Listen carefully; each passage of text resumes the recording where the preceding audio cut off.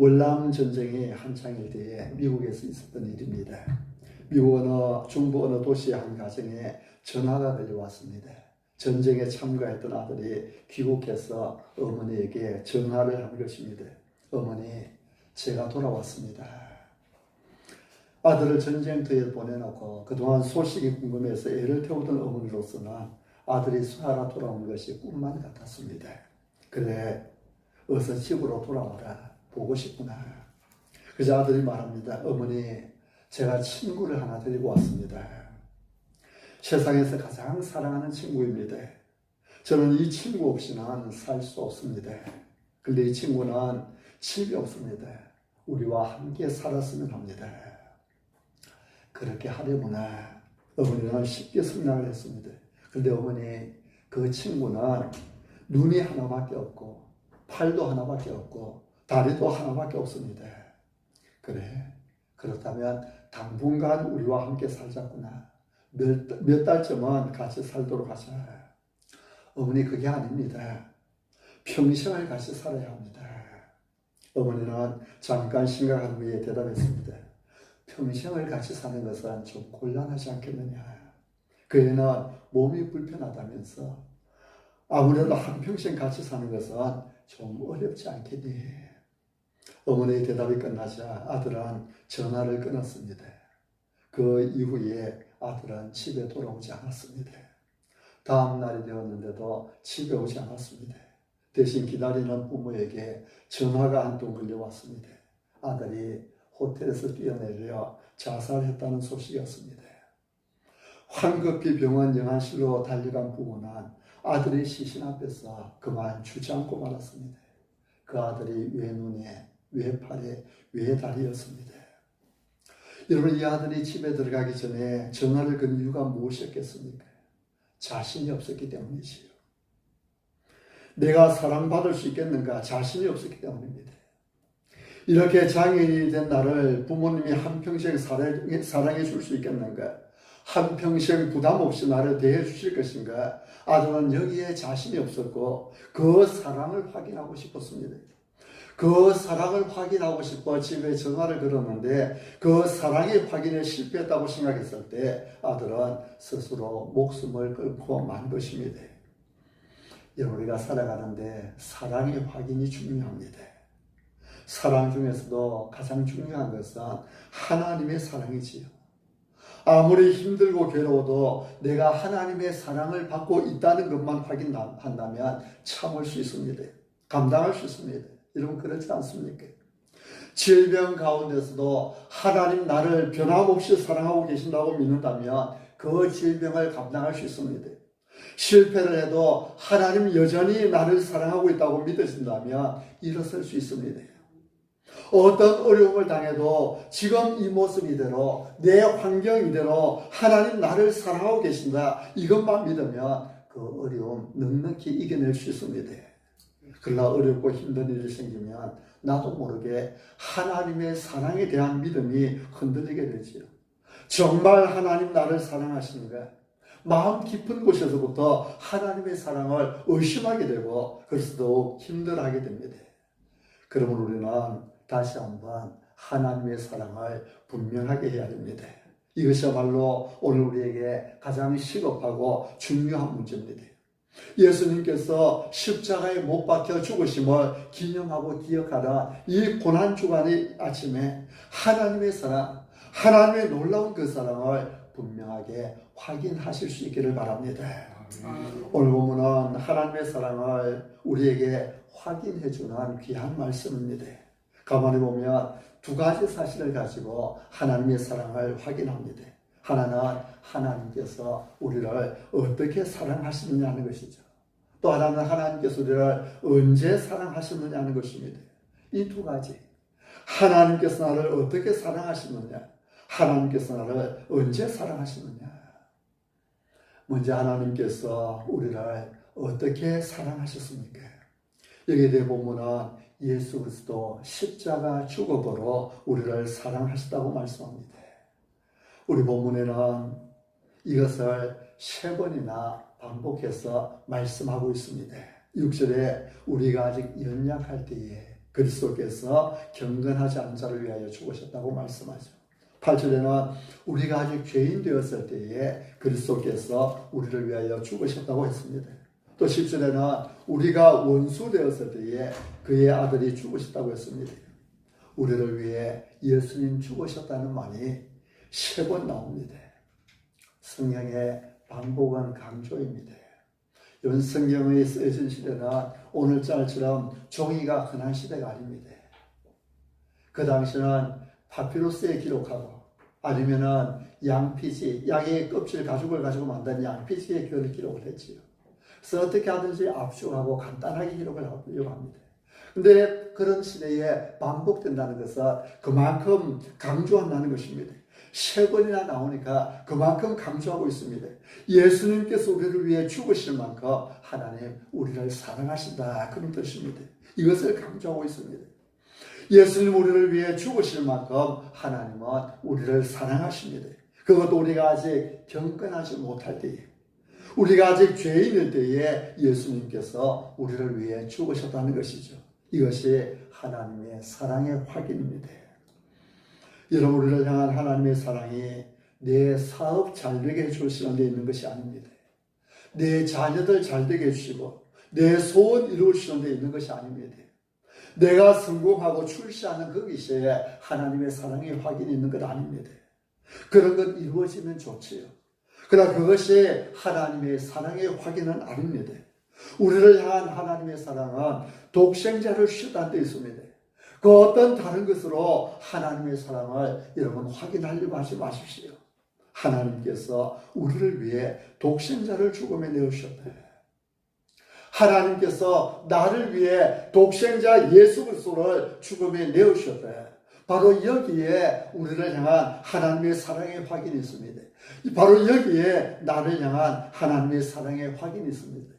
독생자를 죽음에 내어주실 만큼 하나님은 우리를 사랑하십니다.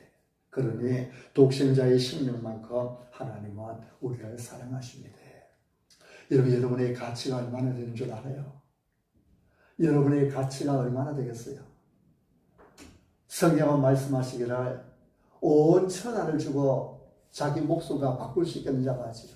온 천하보다도 우리 목숨이 귀하다고 말씀합니다.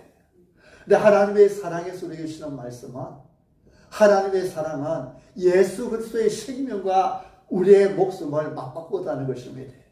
우리가 영죽을 우리였는데, 영원히 죽어야 마땅한 우리였는데, 그래서 하나님의 진노 아래 있던 우리였는데, 이런 우리를 살리기 위해서 예수님께서 죽으신 것입니다. 사랑하는 자기의 아들의 생명을 대신해서 우리를 살려주신 것이지. 그 죽음도 십자가의 고통의 죽음 아닙니까? 여러분, 십자가를 한번 상상해 보십시오. 십자가 위에 양손과 양발에 못이 박혀 죽습니다. 그 고통 말로 다 표현할 수 없어요. 육신적인 고통뿐만이 아닙니다. 예수님께서 십자가 위에 부르시던 말씀이 무엇입니까? 엘리 엘리 라마 사박다니, 나의 하나님 나의 하나님 어찌하여 나를 버리시나이까? 예수님은 부르짖지만은 하나님은 그 아들의 부르짖음을 외면하셨습니다. 그 마음이 어떠하겠습니까? 중요한 것은 하나님께서 독생자 예수님이 이렇게 죽으시도록 내어주신 이유가 바로 나를 사랑했기 때문이라는 것이죠. 나를 죄에서 구원하시기 위해서였다는 사실입니다. 여러분, 이 이상의 사랑이 어디 있겠습니까? 이 엄청난 사랑이 변할 수 있겠습니까? 절대로 변할 수 없습니다.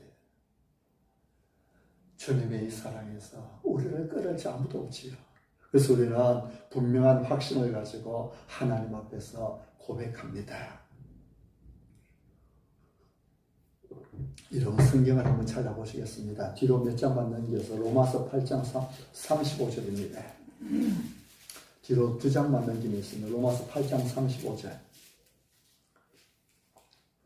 찾으셨으면 함께 같이 읽겠습니다. 시작. 누가 우리를 그리스도의 사랑에서 끌어들여 환난이나 공고나 박해나 기근이나 적신이나 위험이나 칼이라.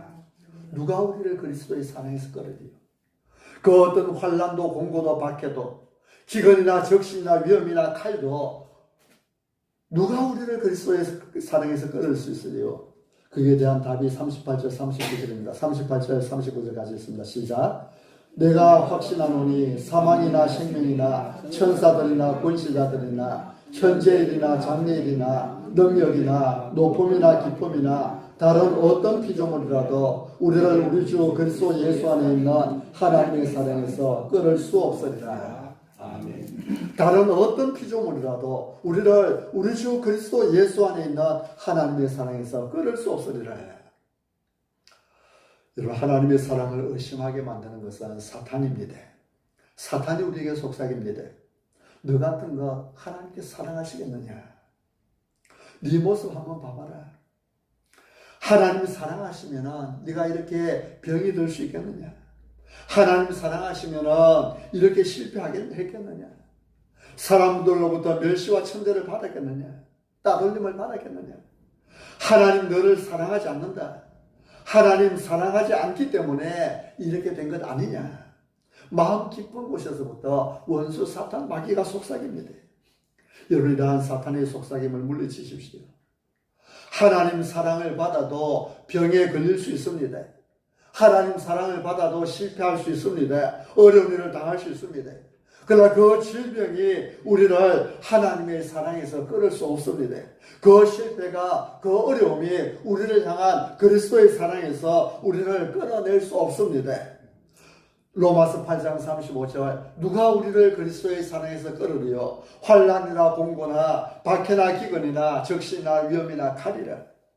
여러분, 하나님의 사랑이 의심될 때마다, 악한 마귀 사탄이 여러분의 귀에다가 은밀하게 속삭일 때마다 이 말씀을 되새김질하면서 하나님의 사랑을 확인하고 확신할 수 있기를 바랍니다. 내 속에 하나님의 사랑에 대한 의심이 은근슬쩍 찾아올 때에 정말 하나님께서 나를 사랑하긴 하시는가? 하나님께서 살아계시는 것인가? 하나님께서 나와 함께 계시는 것인가? 의심이 내 속에 찾아올 때마다 로마서 8장 35절 같은 이런 말씀을 암송하며 이겨내십시오. 누가 우리를 그리스도의 사랑에서 끌으리요? 환난이나 공고나 박해나 기근이나 적신이나 위험이나 칼이라. 나를 향한 그리스도의 사랑에서 나를 끌을 것은 세상에 아무것도 없다는 것입니다. 우리가 다 이해하지 못할 뿐이지요.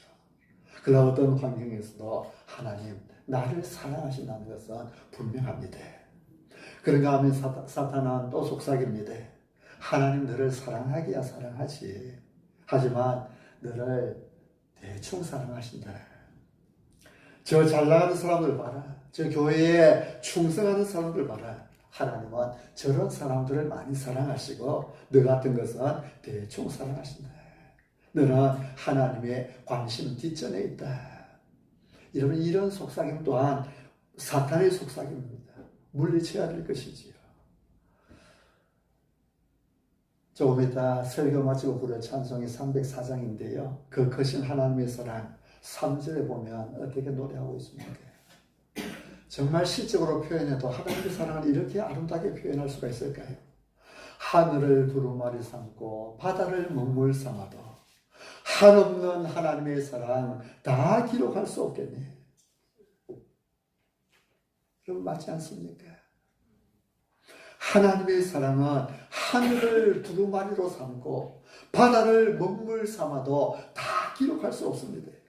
여러분, 이것이 나의 고백, 나의 감정이 되어야 됩니다. 하나님 나를 위해 예수님 주시기 때문입니다. 다시 한번 분명하게 하십시오.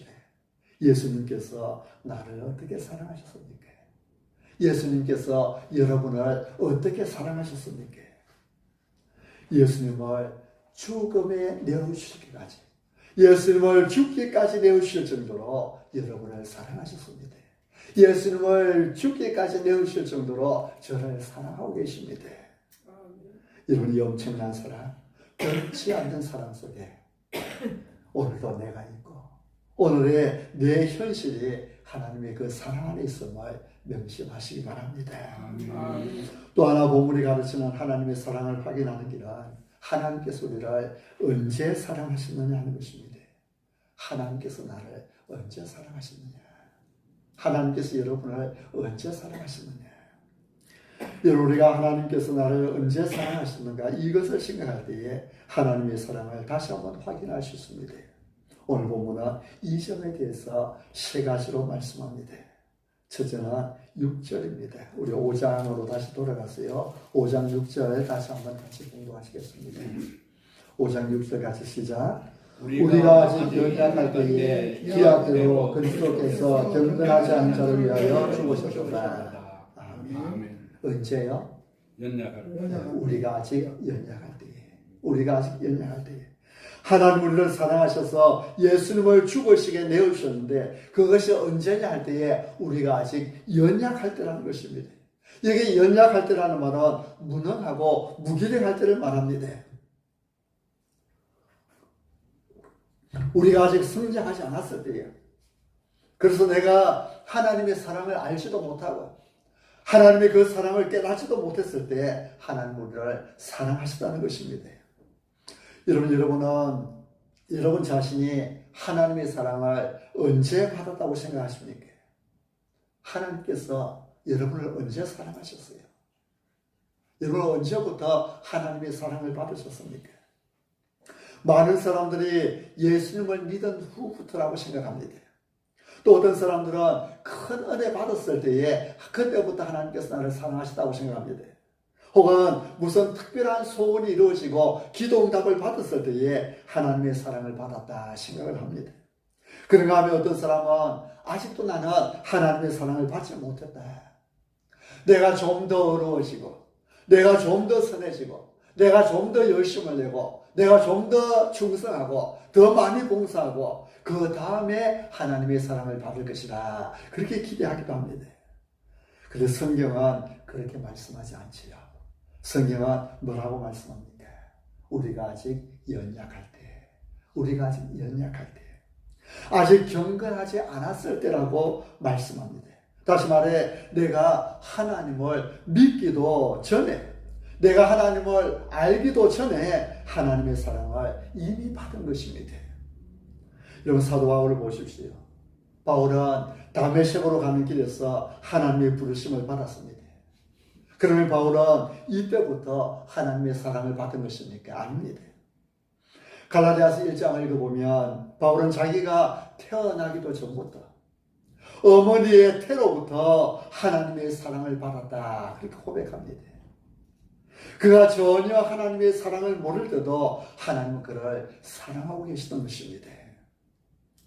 가끔 자녀들이 부모들로부터 자기들의 그 소원을 거절당할 때에 나는 부모의 사랑을 받은 적이 없다고 불평합니다. 그것이 엄마의 마음속에 아버지의 마음속에 얼마나 큰 대못을 받는지도 모르고 철없는 아이들이 엄마 언제 나를 사랑했어요? 아빠 언제 나를 사랑했어요? 여러분 이게 사실입니까? 자녀들이 부모의 사랑 없이 어린 시절을 어떻게 지내올 수 있습니까? 대개 사람들은 5살 이전의 일은 잘 기억하지 못하지요. 그런데 알고 보면 부모의 가장 극진한 사랑, 극진한 돌봄 5살 이전의 자녀들에게 주어집니다. 그러므로 정말 귀한 부모의 사랑은 자녀들의 시각이 있기 이전에, 알기 이전에 있었습니다. 하나님도 우리가 전혀 깨닫지도 생각하지도 않았을 때부터 벌써 나를 사랑하고 계셨습니다. 그러므로 그 사랑은 지금 내 모습에 따라 좌우되는 것이 아닙니다. 내가 하나님의 사랑을 받기 위해서 할 수 있는 일은 아무것도 없었습니다. 주님은 그냥 내 모습 이대로 나를 받아주신 것입니다. 있는 그대로 우리를 받아주신 것입니다. 단지 그 사랑에 감격해서 우리는 그 사랑 안에서 살아갈 뿐입니다. 또 하나의 때가 8절에 나타납니다. 우리 8절 말씀도 같이 한번 읽으시겠습니다. 8절 같이 시작. 우리가 아직 죄인 되었을 때에 그리스도께서 우리를 위하여 죽으심으로 하나님께서 우리에 대한 자기의 사랑을 확정하셨느니라. 아멘. 여기는 우리가 아직 어떠했을 때? 죄인 되었을 때. 우리가 아직 죄인 되었을 때라고 했습니다. 이때는 시간보다는 신분을 강조하지요. 의인의 신분일 때가 아니라 내가 의인의 신분일 때 나를 사랑한 것이 아니다. 내가 아직 죄인의 신분일 때에 하나님께서 나를 사랑하셨다는 것입니다. 죄인. 여러분, 죄인이 하나님의 사랑을 받을 자격이 있습니까? 우리 하나님은 거룩하신 분이신데, 하나님은 회전하는 그림자도 없으신 분이신데, 죄인이 어떻게 하나님 앞에 나아갈 수 있습니까? 죄인은 거룩하시고 영화로우신 하나님의 사랑을 받을 자격이 전혀 없습니다. 그러니 우리는 자격 없는 자가 사랑받은 것입니다. 자격 없는 자가 사랑받았음을 잊지 말아야 됩니다. 우리는 사랑이란 무엇인가 사랑받을 만한 자격이 있어서 받는 것이라고 생각합니다. 아무 사랑할 만한 것이 없는데 사랑한다는 것은 불가능하다고 생각합니다. 그래서 우리는 하나님 앞에서도 언제나 내가 사랑받을 만한 자가 되어야 된다고, 자격을 갖춘 자가 되어야 된다고 생각합니다. 죄와 허물이 생각날 때에 괴로운 것은 바로 이 때문이죠. 이러한 내 잘못 때문에 내가 하나님의 사랑을 받을 만한 자가 되지 못한다고 스스로 하나님의 사랑을 의심하게 됩니다. 이런 분명히 기억하십시다. 하나님은 우리가 아직 죄인 되었을 때에 우리를 사랑하셨습니다. 우리가 아직 죄인 되었을 때에. 그래서 은혜라고 하는 것입니다. 은혜는 받을 자격이 없는 자에게 베푸시는 하나님의 사랑입니다. 다시 말해 아무 공로 없이 값 없이 공짜로 주시는 하나님의 사랑입니다. 내가 하나님 앞에 내세울 것 아무것도 없음에도 불구하고 우리가 아직 죄인 되었을 때에 하나님께서 우리를 사랑하셨습니다. 그러므로 내가 지금 어려우냐 어렵지 못하냐가 필요 없습니다. 하나님의 사랑은 내가 의를 행했으니 더 많이 받고 내가 죄를 지었으니 사랑받지 못하고 그런 차원의 이야기가 아닙니다. 이것은 마치 아이들이 공부 잘할 때는 부모로부터 사랑을 받고 공부 못할 때는 사랑받지 못하겠구나 생각하는 것 같습니다. 물론 우리는 하나님 앞에 어렵게 살아야 됩니다. 선하게 살아야 됩니다. 그리스도인으로서의 합당한 삶을 살아야 됩니다. 그래야 하나님께서 기뻐하십니다. 그런데 우리가 그리스도인답게 살지 못한다고 해서 하나님께서 나를 사랑하지 않는 것 아닙니다. 하나님은 여전히 우리를 사랑하시지만 우리가 그리스도인답게 살지 못하면 하나님께서 마음 아파하십니다. 하나님께서 속상해 하십니다. 이런 자녀는 잘할 때나 못할 때나 내 자녀예요. 자녀를 향한 사랑은 변함이 없습니다.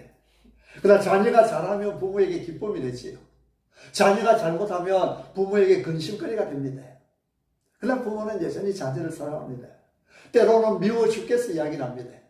때로는 호집파 나가라고도 이야기를 합니다. 너 때문에 내가 못 살겠다고 이야기를 합니다. 그러나 그 자녀에게 무슨 일이 생겼을 때에 갑자기 교통사고를 당해서 병원에 입원했다든지 그런 소식을 들을 때에 제일 먼저 달려갈 사람이 부모입니다.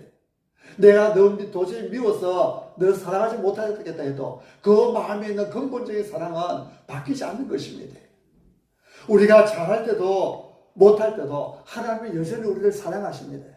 그러나 잘할 때는 하나님께서 기뻐하시지요. 우리가 못할 때는 하나님께서 속상해 하십니다. 가슴 아파하십니다. 그래서 에베소서 4장에 뭐라고 말씀합니까? 성령을 근심되게 하지 마라. 성령을 근심되게 하지 마라. 하나님께서 근심하게 만들지 말라는 것입니다. 가가와 도요히코라는 일본 기독교인이 있습니다. 일본에 나온 세계적인 기독교인인데요. 그는 1888년에 태어나서 1960년에 소천하기까지 힘들고 어려운 분들을 위해서 사역한 목사님이었습니다. 일본 협동조합의 아버지로 불리는 분이시고요. 우리가 이승만 대통령 때에 한국에 방문해서 이승만 대통령을 만나서 물론 사적인 입장, 개인적인 입장이었지만 일본의 침략에 대해서 처음으로 사고했던 분이 이 가가와 도요히코였습니다. 그런데 이 가가와 도요히코는 아버지는 시장이었고 그리고 어머니는 첩이었는데 이 시장의 첩이었는데요. 기생 출신이었습니다. 그래서 아버지의 집에서 자라긴 했지만 첩의 아들이라는 눈칫밥을 먹어야 했습니다. 본처의 자식들로부터 온갖 멸시와 천대를 받았습니다. 얼마나 저주스러운 생활이었겠습니까? 얼마나 힘든 생활이겠습니까? 왜 나 같은 것을 낳았느냐고 부모를 원망하면서 성장했습니다. 근데 어느 날이었습니다. 땀 모퉁이에 우두커니 기대서서 자기 인생을 비관하고 있는데 길가로 북치고 나팔을 불면서 구세군 전도대가 지나가고 있었습니다. 그들이 지나가면서 외칩니다. 하나님은 누구든지 사랑하십니다. 하나님은 모든 사람을 사랑하십니다. 하나님은 누구든지 사랑한다는 이 말에 가가와 도요이코는 눈이 번쩍 뜨였습니다. 자기도 모르게 그들 가까이로 달려갔습니다. 그리고 물었습니다. 하나님은 누구든지 사랑하신다고 하시는데 그렇다면 하나님은 기생의 아들도 사랑하십니까? 아무런요. 하나님은 어떠한 죄인도 사랑하십니다. 그 한마디 말에 그는 곧바로 그리스도인이 됩니다. 그리고 그는 하나님의 그 사랑을 깊이 깨닫게 됩니다. 하나님은 기생의 아들도 사랑하시다는 그 확신에서 그는 그 사랑에 감격해서 한평생을 주님을 위해 바쳤습니다. 여러분, 내가 죄인이라는 사실 때문에 하나님의 사랑에 의심이 갑니까? 이제는 아닙니다. 정말 내가 죄인이라고 느끼신다면 이제는 이런 죄인인데도 하나님 사랑해 주셨으니 오히려 그 사랑이 더 크다는 것을 알아야 됩니다. 내가 아직 죄인일 때 주님께서 나를 위해 죽으심으로 하나님께서 나에 대한 사랑을 확증하셨음을 명심해야 됩니다. 그래서 하나님의 사랑에 혹 의심이 갑니까? 그래도 하나님의 사랑이 온전히 믿어지지 않습니까? 본문은 마지막에 또 한 번 확인합니다. 우리 10절 말씀입니다. 10절 말씀을 같이 공독하시겠습니다. 같이 시작. 곧 우리가 원수 되었을 때에 그의 아들의 죽으심으로 말미암아 하나님과 화목하게 되었은즉 화목하게 된 자로서 하나 더욱 그의 살아나심으로 말미암아 구원을 받을 것입니다. 아멘. 여기 마지막으로 또 하나의 때를 말씀하고 있지요. 언제라고 했습니까? 우리가 원수 되었을 때에. 원수 되었을 때에. 누구와 원수가 되었다는 것입니까? 바로 하나님과 내가 원수가 되었다는 것입니다.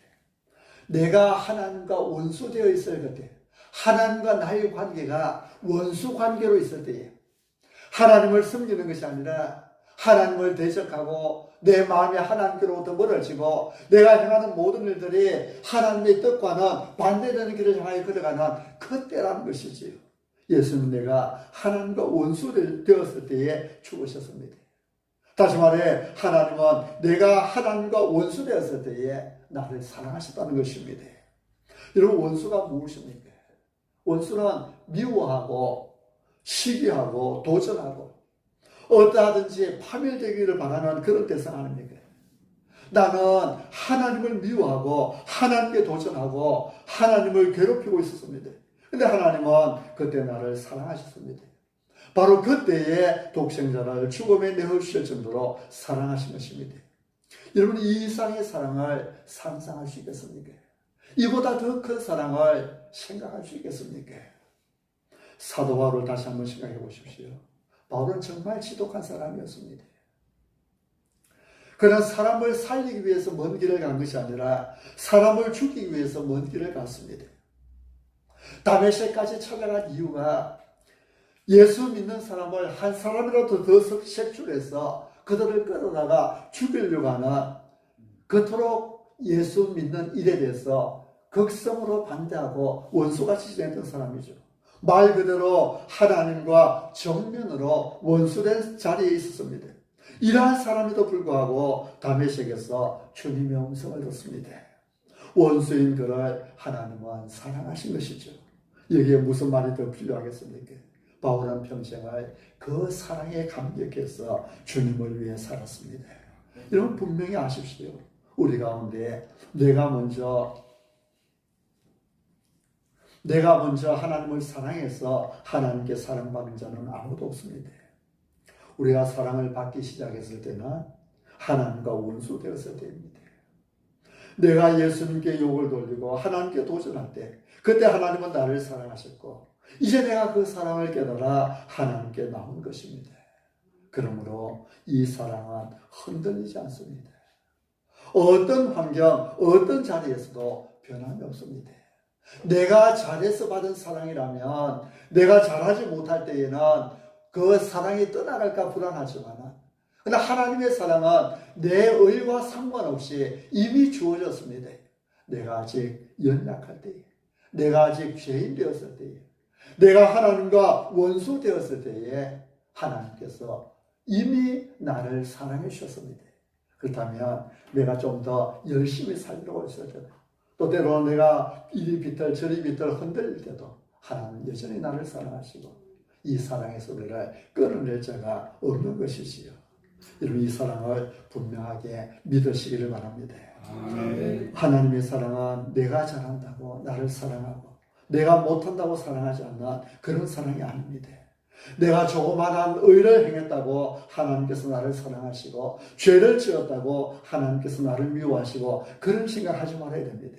여러분이 지금 어떤 모습이든 어떤 자리에 있든 하나님은 여전히 여러분을 사랑하고 계십니다.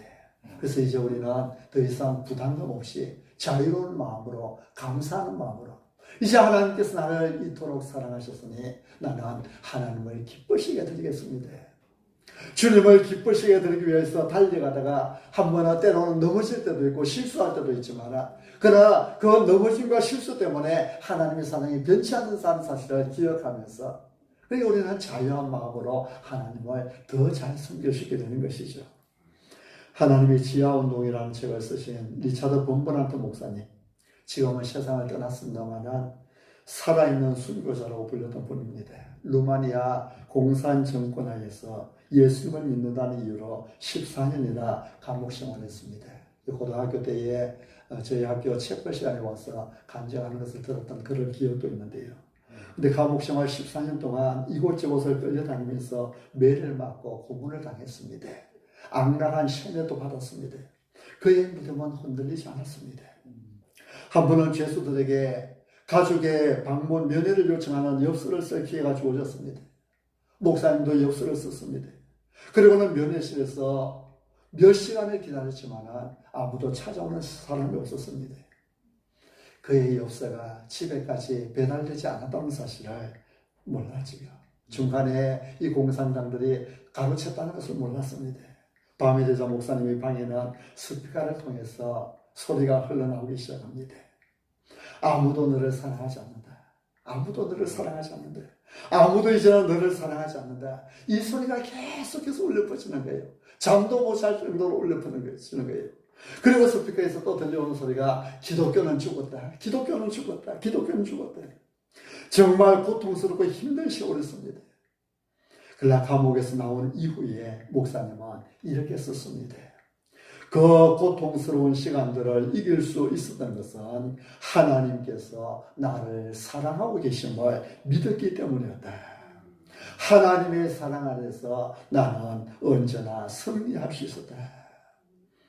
하나님의 사랑을 믿을 때 공산당 감옥의 그 극한 어려움 속에서도 승리할 수 있었는 것입니다. 우리도 하나님의 사랑을 확인할 때 어떤 여건, 어떤 환경에서도 승리할 수 있습니다. 여러분, 하나님은 우리를 사랑하십니다. 어떻게 사랑하십니까? 얼마만큼 사랑하십니까? 우리를 위해 독생자를 주실 만큼 사랑하십니다. 우리가 연약할 때에 사랑하셨고, 죄인일 때 사랑하셨고, 원수일 때 사랑하셨습니다. 이 사랑은 흔들릴 수 없는 사랑입니다. 세상의 그 어떤 것도 나를 향하신 하나님의 그 사랑에서 우리를 끊을 수 없습니다. 우리에게 이 사랑 밖에서 일어나는 일은 아무것도 없습니다. 이 사랑을 확신하고 이 사랑의 감격 속에서 세상을 이기며 살아가는 우리 모두가 되실 수 있기를 바랍니다.